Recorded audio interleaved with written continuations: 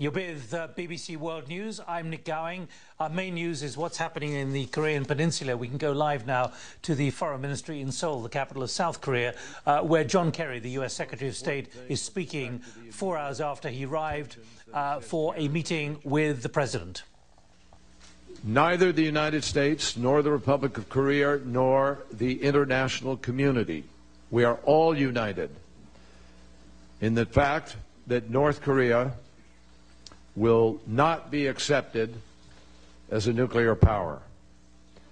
The rhetoric that we're hearing from North Korea is simply unacceptable by any standard.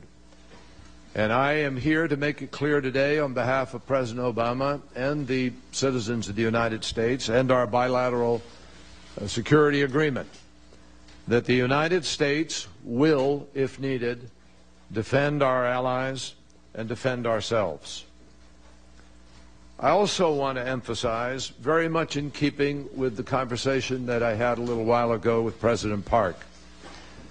President Park was elected with a different vision for the possibilities of peace, and we honor that vision. She has expressed an articulate view about trust politic, and we hope that that vision is the one that actually will take hold here. We want to emphasize that the real goal should not be reinforcing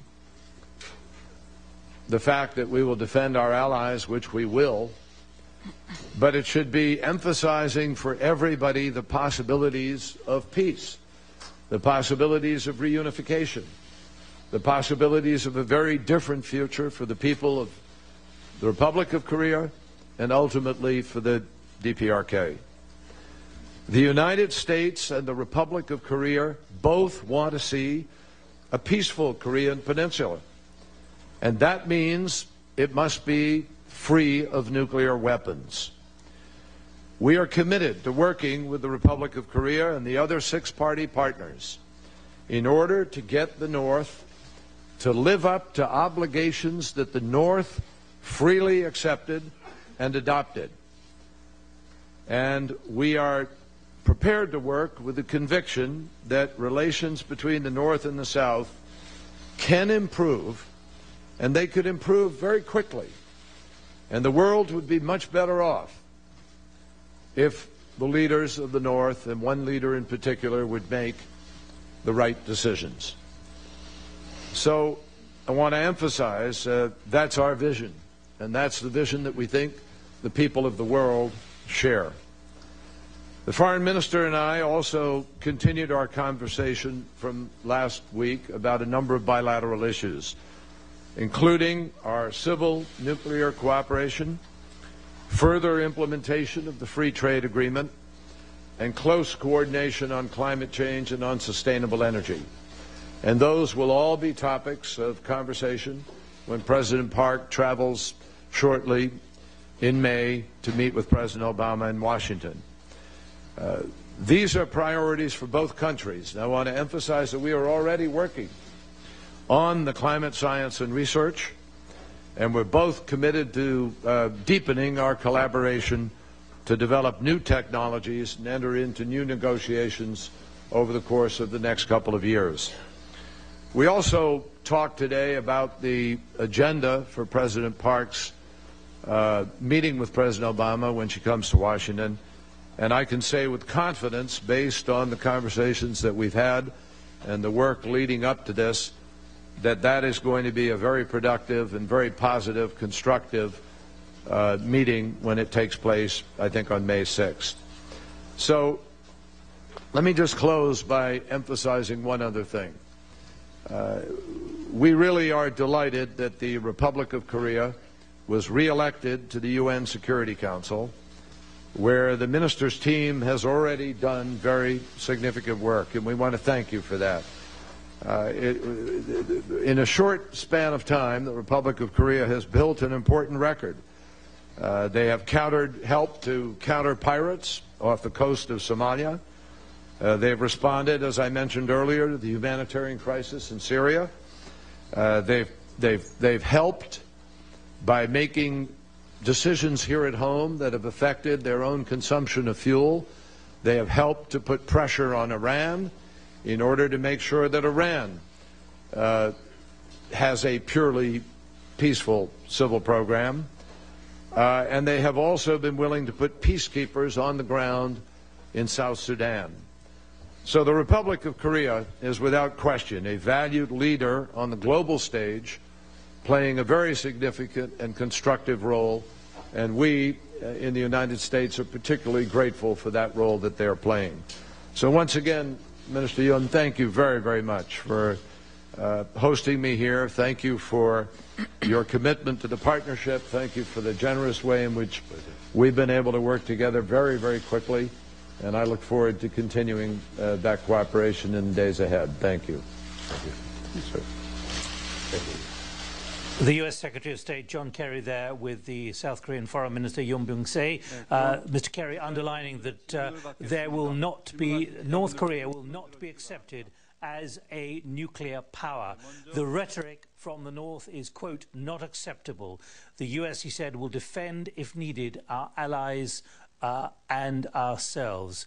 And he underlined as well that the US and the DPRK want a peaceful Korean peninsula which is free of nuclear weapons. 가능성 관측도 나오고 있습니다. 장관께서는 박 대통령의 이 제안에 대해서 일단 어떻게 생각하는지 말씀해 주시고요. 그리고 혹시 미국도 북한과 직접 대화에 나설 계획은 없는지. So there we have John Kerry, the US Secretary of State. He'll be flying to Beijing after the 2 days on the Korean Peninsula and also to Japan, where there are obviously deep concerns and they are deploying extra missile systems both on land and at sea in case there is a missile launch from North Korea. Well, what is the mood in Seoul itself? The BBC's John Sudworth is there. This trip has been in the planning for more than a month, but it's been given, of course, a renewed sense of urgency because of the recent rising tension on the peninsula. Mr. Kerry is bringing a message of reassurance here to South Korea. The more difficult part of his trip, though, will be in the next few days when he visits Beijing, where he is expected to try to push China to do more to rein North Korea in. And if you want a sense of how difficult and complex and sometimes hard to read the situation is on the Korean Peninsula, into the mix in the past few hours has been this news out of Washington about a defense intelligence assessment that North Korea now may be capable of putting a nuclear weapon on a missile. The latest shocking revelation came not in the form of fiery rhetoric from North Korea, but was quietly unveiled during an open hearing on Washington's Capitol Hill. There is now moderate confidence that North Korea can mount a nuclear weapon on a missile, although with low reliability, according to the US Defense Intelligence Agency. But the idea that this young, inexperienced leader might have a deliverable nuclear warhead in his hands was quietly played down by US officials. The assessment, they said, was lower level and not approved by the full intelligence community. What's clear, though, is that America is concerned about a growing threat. Now's the time for North Korea to end the kind of belligerent approach that they've been taking and to try to lower temperatures. Nobody wants to see a conflict on the Korean Peninsula. While John Kerry's trip to South Korea, China and Japan was planned more than a month ago, the recent rising tensions have, of course, given it a new sense of urgency. But it is this new line about the real state of North Korea's nuclear weapon capabilities that perhaps raises the more difficult strategic questions. The recent angry threats and rhetoric have largely been dismissed as bluster, posturing for effect. But being closer than previously thought to having a nuclear missile, however untested or unreliable, is for many governments in this region a far more alarming prospect. Nick, Nick, China is said to be reluctant to push its old ally North Korea too hard, of course. But as tensions rise, ironically, the US may find itself with more leverage, because if it considers shifting military resources into this region, that makes China very nervous. And Mr. Kerry may take that message to Beijing. The more you refuse to push North Korea, the more we will consider moving into Asia in response. John Studworth there in Seoul. Well, let's get the latest analysis of long-time Korea analyst Aidan Foster-Carter. Is anything yet clearer about North Korean intentions or not? It's still worrying, I think, because it is definitely the Kim Jong-un factor, in my view. OK, I've been following them for 40 years. They bluster, they threaten. We're used to that. They usually say they want something. It's not at all clear what they want this time. It's almost as if they're sort of beating his chest, you know, to say, I am the greatest. And in fact, they are saying this weird stuff, this untried man, you know, the North Korean press now says he's the greatest leader. What, greater than his grandfather, who was an actual guerrilla against the Japanese? So I think it's about boosting him, but it seems completely out of control to me, rhetorically.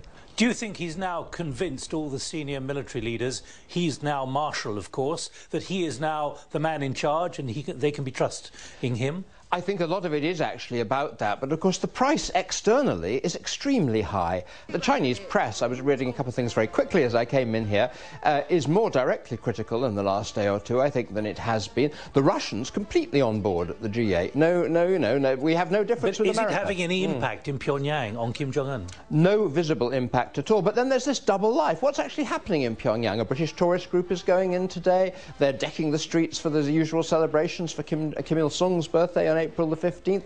It's a double life, and then when we say so, they get really cross and accuse us of hurting their dignity. Very difficult to see a way out of this.